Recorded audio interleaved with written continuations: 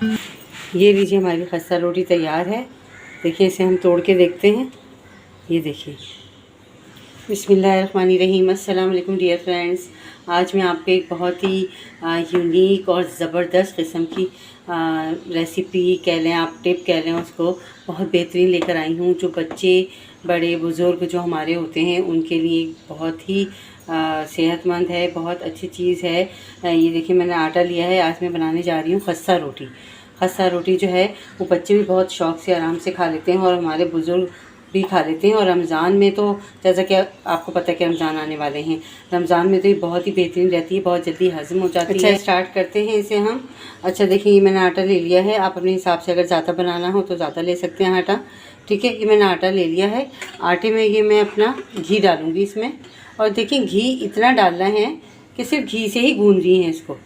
ठीक है, ये आटा हमारा घी से ही गूँधेगा, इसमें पानी बिल्कुल ऐड नहीं करना है। और घी इतना डालना है इसमें कि घी से गूँध जाएगा। अच्छा, अब हम इसमें थोड़ा सा नमक भी ऐड करेंगे। ठीक है, ये हमने थोड़ा नमक भी इसमें ऐड कर दिया। अच्छा, अब हम इसमें थोड़ा सा नमक भी ऐड करेंगे। ठीक है, ये हमने थोड़ा नमक भी इसमें ऐड कर दिया है। अब हम इसको गूँध लेंगे इसी घी में। ये देखिए आटा हमारा गूँध चुका है। ये हमने इसी घी में गूँध लिया है, इसमें पानी ऐड नहीं किया है। ये देखें, और इसकी रोटी कितनी सॉफ्ट बनने वाली है, जब भी इसको खस्ता रोटी कहते हैं। अच्छा, अब इसे बेल लेंगे। ठीक है, बिल्कुल सॉफ्ट रहेगी, आराम से बेल जाएगी। और इसमें आटा भी बहुत कम लगाना है, खुश्की बहुत कम लगानी है। ये देखें, ये रोटी हमारी पक रही है। ये देखिए बहुत सॉफ्ट है ये। अच्छा, इसमें हम घी बिल्कुल भी नहीं डालेंगे क्योंकि ऑलरेडी हमने इसमें घी डाला हुआ है और घी से ही घी इसमें ऐड है, तो इसमें हम घी बिल्कुल भी नहीं डालेंगे।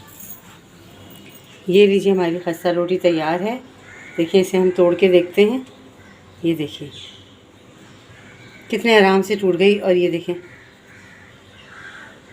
बिल्कुल ऐसी है कि आराम से बच्चे और बुज़ुर्ग तो इतने शौक़ से खाएंगे उसको कि बस उनको मज़ा ही आ जाएगा और आपकी तारीफ़ करेंगे। देखिएगा इंशाअल्लाह।